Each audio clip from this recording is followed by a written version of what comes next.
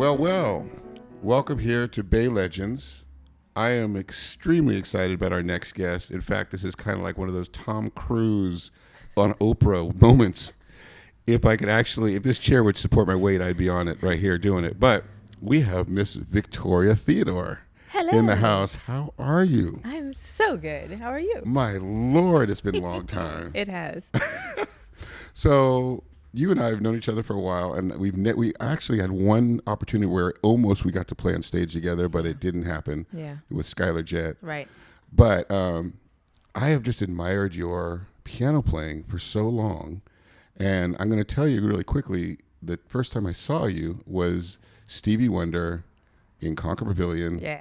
And you came out in this beautiful dress, just bang, bang, just killed it, right? And then you killed it on keyboard. And I think you played Spain, and you did this ridiculous solo. And I was like, wait, that is ridiculous. I was like, she's a goddess. So thank you for coming on our show. It's a pleasure. Thanks for inviting me. Oh, no. I wanted to talk about your career because it's vast and it's amazing. Like, talk about just, I mean, a lot of it is your skill, but luck. Just incredible luck to be in the place at the right time. And yeah. Well, you know, one of my favorite cliches is the idea that we create our own luck, you know, and so that's created through the practices, the routines, the way of being, you know. Absolutely. And all of those things come into play. They sure do. And you practice. Every day. Boy, did she practice. So I had the great pleasure. I think I asked you if I could come over and see the way your routine. Mm-hmm. And you sat down, you put a little timer. Uh-huh. And you did like and I was like, whoa, that is hardcore. And she's like, and she went back and forth. And I'm sitting there and I'm like 10 minutes and you just kept, and I was like, that is hardcore. That's for real. And I said, and then you did something with your dogs. I remember that. You had the dogs, and you put this little biscuit on there, and you said, watch this. Oh, the dog tricks, yeah. And I said, yeah. My Lord. I miss my babies. Are they? What happened? Oh, they're old. They were old. Oh, were they? Oh, I'm so sorry. They lost them? Okay. Well, I mean, they lived long lives. Lovely lives, I'm sure. And lovely lives, yes. Yeah. Well, anyways, I just want to say I just love your discipline. So where did that come from? Is that a gift, or where'd you get that? You know, I've always been a focused type of person. I'm a perfectionist, mm-hmm. which is not necessarily a good thing because it's got its dark sides as well. But, you know, I've always had an ability to just focus on things. And if it got my attention, like when I was a little kid, I loved reading. I started reading really young, like I was 2 years old, I think. Wow. And I just loved it. And so reading music came shortly thereafter. Right. And it just was sort of a natural for me. Reading was easy for me. Wow. Reading music was easy as well? Mm-hmm. Oh, okay. Yeah. Still struggling. Well. And so then once I started taking piano lessons with my grandparents' next door neighbor, Laura Toome Scott, nice. Who was one of the first African-American music teachers in Northern California. Wow. She was in her 80s at that point. She lived to 105. Wow. But so I started studying with her, and she saw something, and so she kept giving me material to learn. And so I was like, I couldn't be satiated. I just wanted more. And so that inspired the constant practice just so that I could do it. Mm-hmm. You know, I knew whatever was next was going to be even cooler. So, you know, your mom is in the audience. So if you want to, give her props for your focus, we could do that just so, because she is driving you today. So she is. Okay. Hi, Mom. She is my biggest supporter. My biggest cheerleader. And she, as you know, a lot of times I've had so many musician friends tell me that their parents gave them the talk of find something else to do. Yes. You know, why are you spending all your time on that? You need to get a job, blah, blah, blah. Yeah. She never did that to me. She always supported my goals, my dreams. And I had the leeway and the freedom to pursue it at the highest levels. So thank you, Mama. Yes, you did. Speaking of the highest levels, Stanford University. For grad school. For grad school and Oberlin. Oberlin for undergrad school. Yeah. Unbelievable. College and conservatory. I did both. A BA and a master's. Bachelor of Arts in Music History, a Bachelor of Music in Piano Performance and Computer Music. Now, how was that experience? It was awesome. You were so focused, and it was a complete fit. Yeah. I averaged 25 units a semester. Woo! I laugh now because I'm like, this is insane. Yeah, it is insane. But at that point, at 17 years old, I had the stamina for it, you know. And you were 17? When I went to college, yeah. Okay, see, now that was not in my notes. I just wanted you to know that. So she assumed you were I turned 18, but I was 17. Okay, I'm saying that. But that's pretty insane. That is really insane. So you now you got through that. Mm-hmm. What got you? Oh, you also studied with Bill Bell. I did. I took piano lessons with a few different Bay Area legends: Bill Bell, Mark Levine, Janice Maxie Reed, Frank Martin, Peter Horvath. All of them have contributed toward my path, and I have so much respect for and appreciation for every one of them. We've had a few of them on the show. Oh, okay, nice. We've had Frank Martin, and he's a genius, just a genius. Genius, yeah, and so humble and sweet, and so they all had that in common. Yes, Not only are they all genius, and rest in peace, Mr. Bell, but just beautiful hearts of gold in terms of service and helping people along their own paths. Yeah. I mean, they just did. In fact, I was playing at this restaurant down in Oakland. Bill Bell came through. Oh, wow. And he said, "Hey, you're sounding all right there." And he said, "I can show you some things." Oh, and wow. He gave me a card. And he gave me a card. And I was like, "Who's this dude?" Right. And then I found out, and I never called the number. You didn't. I'm so bummed that I wish I had taken him up on it, Yeah.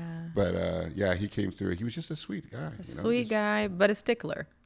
Oh, okay. Like when you were his student, he was super sweet, but his expectations were high. See, I would have got my tail kicked. I could already tell you, he wouldn't like me. Oh. I'm kind of a little uncouth, I guess. I'm just not very disciplined. But it's I'm still working on it. That's why I'm going to come take lessons with you. Oh, okay. Right. I think you do all right. So let's get into the meat of your career. Mm-hmm. The first thing you got. Well, you've done a lot of things locally. Mm-hmm. But you got this gig with this kind of singer guy named Stevie Wonder, and a little somebody. Yeah. He's trying. Yeah, his voice. Right. So how did that come around? That was a result of MySpace. Actually, MySpace was the thing back in 2007. And I made a page, and I reached out to all the musicians that I could find that were touring with major artists. Because I figured I didn't have access to the artists themselves, but on MySpace, this was, before, I guess, when Facebook was Friendster still, right. And long before Instagram, all these others, right? So I just reached out to some people and made friends, internet friends. Right. And I put up some good pictures. I put up little snippets of classical playing. Right. Because I used it primarily for booking wedding gigs, which were the well-paying gigs, I mean, compared to R&B or pop gigs, local pop, which don't pay well at all, even to this day, still don't, sadly. But wedding gigs, you could charge appropriately and, make a living. And I made a decent living, between that and teaching. Anyway, so one of the guys that I met online sent me a text saying, "Hey, call this number. Stevie Wonder's looking for a keyboard player." And I thought, nah, this is ridiculous. But I called the number anyway, and I left a message. And I'm like, okay, fine. Right. The very next day, I got a phone call saying, "Okay, your audition's on Friday at 4:00. And I'm like, what? Lord have mercy. So canceled all my students, flew to Los Angeles, and did the audition and got the job. So, well, let's go a little deeper, because I heard, you may have told me, but someone else I think had told me, the process in which you had to go through. You just knocked out all the dudes, is what you did. Well, I mean, let's get real. There were some badasses there, and she just did. Everybody. And she just knocked them out. Now, one of the things I heard, you could correct me if I'm wrong, was you had to learn to play giant steps you had to play it in multiple keys. Like you said, okay, you can play giant. Can you play it up a notch? Yes. So at that point, I don't call myself a jazz pianist. I'm more of just a freelance, whatever the job needs. Yes. I find a way to handle it. Right. Now there are people that are true jazz pianists. Right. And so I, at that point, had not really studied giant steps. I know it's sacrilege, but it's true. So I just hadn't, Yeah. and I'd heard it, of course, but I had not actually studied it to perform it, right? So I had to ask somebody to write the chords out for me because I was like, I don't know this tune. But thank God my theory is so strong that I could look at the chart and I could just get through it. And so I played it, and then, well, we all played it because there was 9 people altogether auditioning for the 2 positions. And they were all phenomenal. Yeah, I can only all imagine. of them amazing artists. So we all played it in the original, starting on the B. And then he's like, okay, play it up a whole step.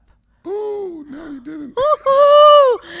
Well, that's fun, right? Okay, and go. So you had to play it solo. And then after we did it in both keys, playing it and soloing it, then it was double timed. Okay, see, so it's just like, come on. See, let me just say this. If he had mentioned giant steps, I'd say, thank you for giving me the opportunity. And I would have just like, that is insane. It was insane. Because even the original piano player who played I on the know. record got the chart. Tommy Flanagan, I think. Yes. Yeah. And he screwed it up. Well, you could hear the struggle. Yeah, I mean, he sounded good, but I'm saying he's a genius. like, but you could hear it versus Coltrane, correct, where there was ease. right. You could And hear then you could hear the got to struggle. study it a little bit, but he did it a second time and he killed it. Yeah, it killed But, it. Of course. just Yeah, have but that original, that. I've heard it. Yeah, it's like, oh, this is hard. Yes. So Yeah. you got the gig, and what was your first performance like, and where was it? The first performance was in Santa Barbara, and I just, it was the same approach I took to the audition, that I was just so grateful to be there, and I just focused on, I'm just going to have a good time, because as a perfectionist, I could completely go dark and be like, I'm not perfect, it's terrible, blah, blah, blah. And I've got my flaws. I've got my issues that I continue to work on, as we all do as musicians. And I just didn't let any of that get in the way. I was so happy. Just enjoy the moment. And I think that's, more than anything, that's what he appreciated about me, that I bring joy. Yes. know? Yes. I think that's a great testament to what we should be doing. All young musicians are coming up. Remember to enjoy the journey. It's not always Absolutely. about being perfect. Sometimes it's just how easy you are to work with. Maybe it's your certain vibe that you have. Yeah. But develop it. And then, like you're saying, we're always working on getting better. Yeah. So here you are. How many years did you do with Stevie? I was with Stevie from 2007 till the last gig was just about 7 years. So you did that, and I read in here that you got to play for the Queen. Yeah, we played for her Jubilee. Obama For his second inauguration. Wow, now that's a cool brother right there. Yeah. Yeah. I didn't really get to meet him. I said hello at a close distance, so that was cool. But I guess he's got Secret Service. yeah, no, they're there.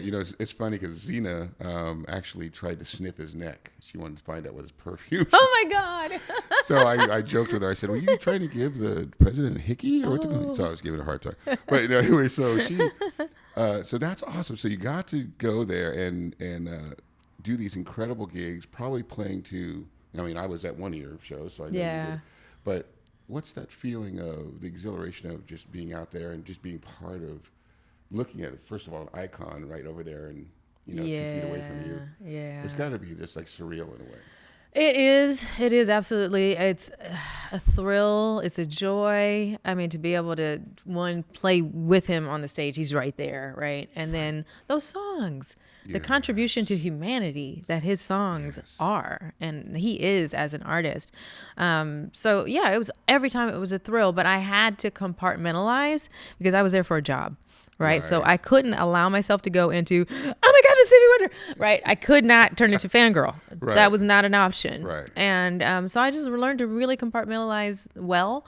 And the only time I really freak out would be back in the room, in the hotel room, and be like, oh my God. So with that, I wanted to rally over to his chords, because what I've heard rumor wise is that he kind of plays, his chords are kind of different in a way, the way he builds chords, because he hears them a certain way. Can you explain that? Is it like, what would like a trippy chord that he would do that you would expect? He likes sus chords. He uses a lot of those. A lot of times things are easier than you think they are, just on the individual chord level. Like he'll use things in different inversions that coming from one chord into another that you don't expect. Oh, gotcha. And so it requires deep listening to really understand what he's doing, or even try to, Right. because I can't say I really understand, but I attempt to, I interpret through my own lens what he's doing. But yeah, it's chords that he finds a way to make them sound and feel natural. But when you analyze it, it's chemistry or trigonometry rather. Yeah. They're actually complex on the wider scope. But individually, they're not.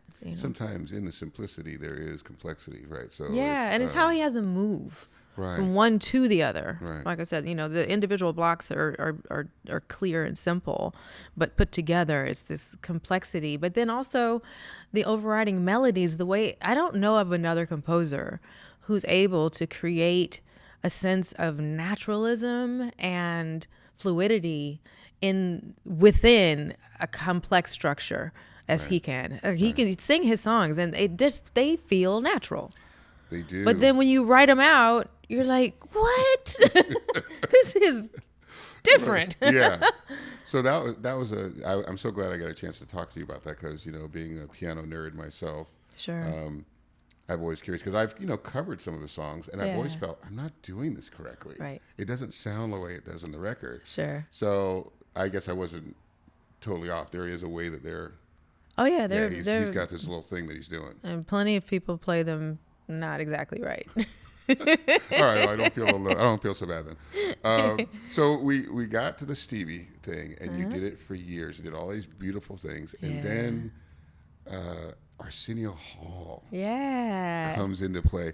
Now that must have been, because I remember watching his show for years and just going, he's such a chill, cool cat. Yes, the way he did a show. Yeah. And so how did that opportunity come around? That was, Arsenio says that Stevie told him about me. So it's like, okay, that's not a bad reference. But oh, that's awesome. But I got a phone call, and it was from Sean Holt, who was one of the auxiliary guys. So everybody's a genius to me. They are. He plays everything, all the things. He sings like crazy good. And I was put on a list to go and audition, or he asked me to, hey, why don't you join this list to go and audition? And so I did. And there were, I don't know how many they were specifically looking for a woman in this case. Oh, okay. So I don't know how many other women there were, but I know there were quite a few. And again, I did the audition and they gave me the job. So, okay, I'll take it. Awesome. And from there, you got to play with a lot of different people on that show, including Gladys Knight, Gloria Estefan, Earth, Wind & Fire, Trombone Shorty, Billy Ray Cyrus. Yes. I mean, just it goes on and on, like a ton of people. So you guys would normally be like the house band. Sometimes for most people. Sometimes they bring their own band. But some people would bring their own band, and sometimes it would be a hybrid of their own band and our band. Gotcha. So it depended on the artist, Mm-hmm. Now, so what's the set like? I was always curious. Is it like massive? Is the set, or is like the set? It was a big studio. It's a big studio. Yeah, you could fit a couple hundred people in there, and we had a full stage where because we had dancers, we had full bands, and we had our own riser, the band, and I had my spot with all my 7 keyboards around me. It was heaven. I loved it. I loved it. God, yeah. 7 keyboards. I had to. Yeah, it was awesome. And Arsenio's a wonderful person. Just real. I've been really, really blessed to have really great bosses. And just nothing but respect. And I had my own dressing room. It was so cute.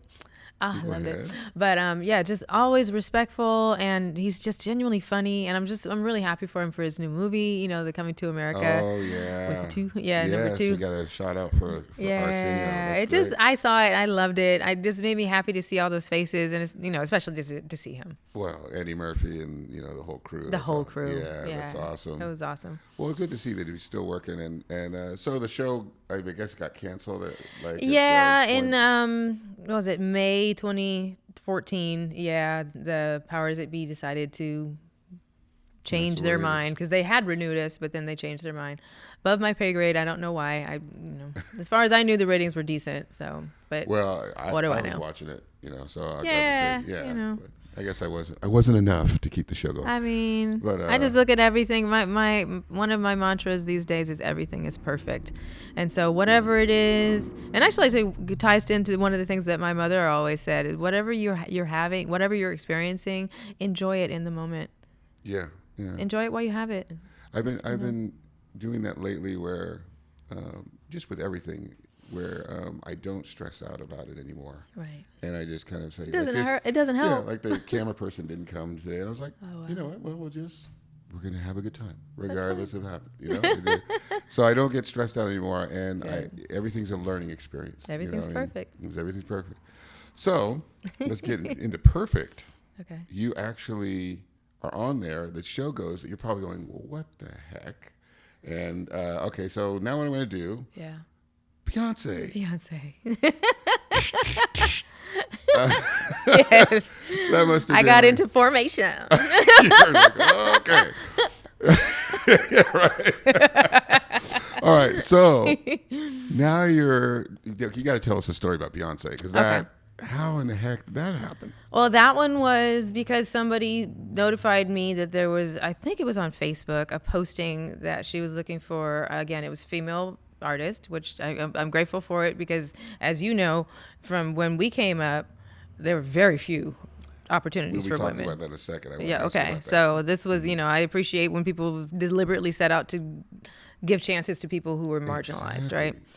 So she was looking for a female pianist, and then there was this long list of requirements for the video, including playing scales at a certain BPM, playing your favorite jazz tune, R&B tune, a whole bunch of different things, right? And when I looked at the list, I thought, that sounds like me. I'm not scared. I'm not scared. And so I made my video and made it at my boyfriend's studio down in Los Angeles. Shout out to Dave. Yeah, He helped me out with that. that's awesome. He's my art director as well as Oh, go ahead. partner in our band together, which we can talk about too. Yes, I'd love to. So anyway, I made the video, sent it in, didn't hear anything for 2 weeks. And in Los Angeles, you do that all the time. When you don't get a gig, you don't get a call back. Right. That's just not the way it works. The only time you get a call is if you actually landed it. Right. So 2 weeks go by and I thought, oh, well, I guess it was for someone else. And that's really the attitude that I try to take. Everything's perfect. It's all good. Right. Like literally, but really feel it and believe it, not just say it. Right. So, right. Exactly. which is the challenge. Right. Then I finally got another call, like, oh, we want you to do one more song. And so one more video. And so I made one more video and I'm waiting. And I'm like, okay, so another week goes by. Okay, maybe, because when you get the first call back, you're like, Right. okay, now I'm getting excited, because before that, it's just you do it and like, whatever. Right. And you don't know who the artist is anyway. Mm-hmm. So I got another call. We want you to come down and audition in person. So I go down and audition in person and I do my, and I got a contract that day. So you're telling me that when you audition, you didn't know you were auditioning for Beyonce? It's No. just, oh my Lord. No, So a you lot of just times audition- they do those sort of blind auditions where you don't know who you're auditioning for, but so you just do it. audition and you just like, Yeah, but I always do my absolute best. I don't care what it is. It's just Right. that's my gear is Exactly. like 100 Go in. good. Yeah. Yeah. that's amazing. Yeah. So you got the contract. Yeah. First concert, where was it? How First was it? gig was a fundraiser, and so we did that fundraiser in Los Angeles, and then we rehearsed for a month for the Formation World Tour. What are the hours a day? I heard she just works you guys. That woman is a very serious artist. I love her to death. I mean, just like, she's in my heart. But yeah, we would do 14, 16-hour days. That's what I heard. That was normal. She's got to be one of the She's most perfectionist. I mean, she's one of she's- the most brilliant Yeah, she's singers, entertainers. phenomenal. Because the last time I saw that kind of brilliance was Michael Jackson and Prince, right? Right. And I was like, I don't think anyone can top this. And then here comes Beyonce. Yeah. And just slaps everybody. Yeah. You know? But she grew up with that. I mean, she grew up with Destiny's Child and everything. She grew up knowing what that hard work is of, you know, singing at that level, dancing at that level, creating songs, creating arrangements, doing shows, performing live for people. Like, again, that gear is 100. Flawlessly. Flawlessly. That's it.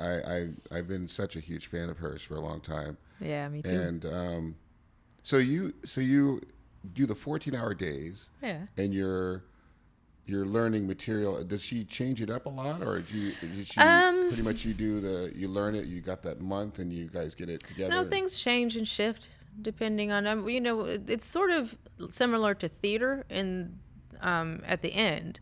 And that the show is what the show is because there's so much happening. You're dealing with, we had 22 dancers, lighting, design. We had the 6-story monolith. I remember so that. Things built around that. There was an aerial artist, you know, so those things, you can't shift that stuff easily. No, so once you lock in what the show's going to be, whatever, you know, because she's there working with the director every day and she's watching things and just trying to create the experience to the highest level that she can. And so she's on top of all that. Oh yeah, it's her show. I mean that it's her show. She's in charge. Right. And so once she figures out the curation of how she wants it to appear, then it locks. And then, you know, and then maybe little things change here and there, but for the most part it's set, which is very different from Stevie in that every single show is different. But he wasn't dealing with dancers or, you know, there was light design, but it didn't interfere with the show, or not interfere, but there was no way for it to conflict with the show. You know? So, right. Yeah. So, well, what I've heard with Prince, for instance, he would completely switch up the show, like on a regular basis. Sure. You know, so you got a whole new interlude. So he was closer to what Stevie was doing. Yeah. So, yeah, but that takes a lot of tenacity. You got to really be on top of your stuff. Yeah. Yeah, that's amazing. So you got to do the Beyonce thing, and then you did I think there was a theater. You were just talking about theater. You did some theater. Yeah, the Donna Summer musical. The Donna Summer musical. Yeah. Now, how was that? Was that kind of it was awesome. Different experience? Completely different. It was an entirely different world. Wow. The thing with theater is it's even though it's a musical, the music is not what's primary. Mm-hmm. It's the story. So everything is in service to the story. Wow. Right? And so the music, when you're playing in theater, unlike any of the other stuff, including Beyonce, what you play has to be the same every night because the artists, the singers, the actors on stage are listening for cues. And so they need that to be the same. And if you change it, it can distract them and pull them out of the story. Gotcha. And then you've lost it. Right. So because the story is king, period. It has to be about the story. No ad-libbing. No. I mean, unless it's the way they designed it. But for most theater, no, it's a set thing. It is the show. And you have to respect that. And it takes... I feel really lucky that there was the Donna Summer musical that I did because the music didn't get boring for me, because that can happen. You know, if it's music that's just... I've had a lot of musicians that do theater, they basically go on autopilot because it's literally the same every single show, and that can be mind numbing. That would drive me crazy. You have to find a way, right? Yeah. So for this, I would dance we were in our own rooms. We were not on stage, so we weren't seen. But I'm a dancer, so I would dance every single show I'm playing. I'm like, yeah, and so that helped to keep the energy for me, you know, and. I really enjoyed it. It was really great. And I'm working on a new musical now about the life of Marian Anderson with a team of women that are amazing. So are you writing the music for it? Or I'm one of the co-composers. The lead composer is Chelsea Marie Davis. And our book writer is Colleen Jennings and Elkin Antonou. Yeah, and our primary lyricist is Emily Ruth Hazel.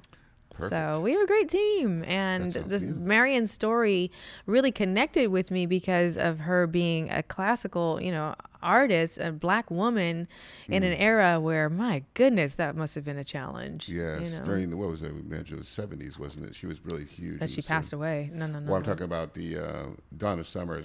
Donna Summer musical. Donna Summers. Yeah, the Donna Summer musical. Yeah.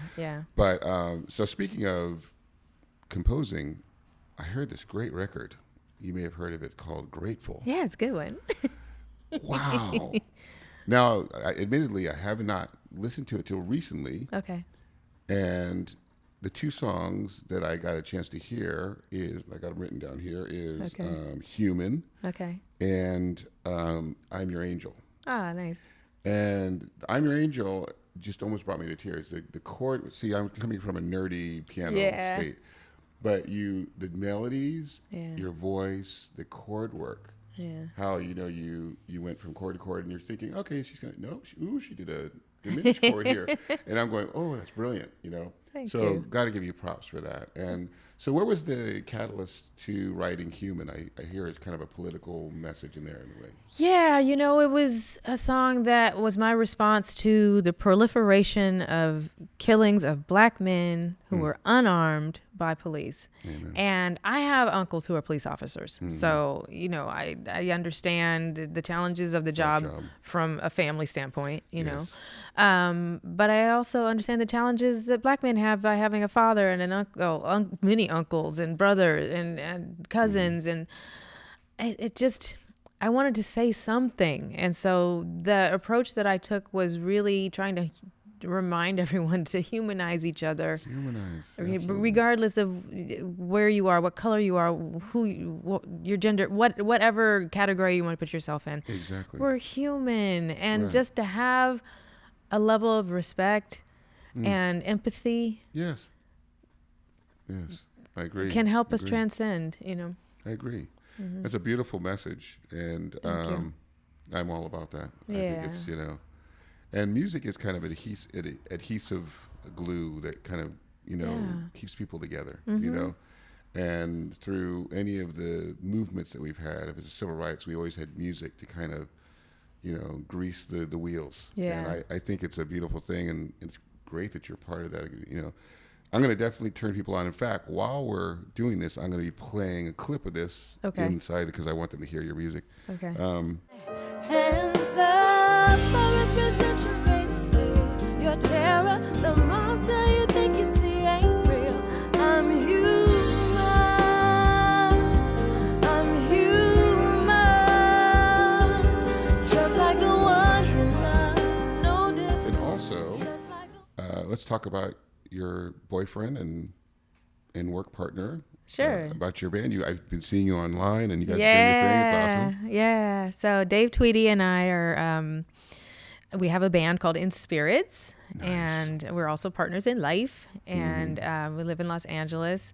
And when the pandemic started and everything was shut down, we actually had a tour lined up in Germany, Poland, and Italy, possibly Spain and the UK as well, and maybe even France. It was going to be amazing. And of course, everything got shut down. And so we decided to just go online and start performing every day.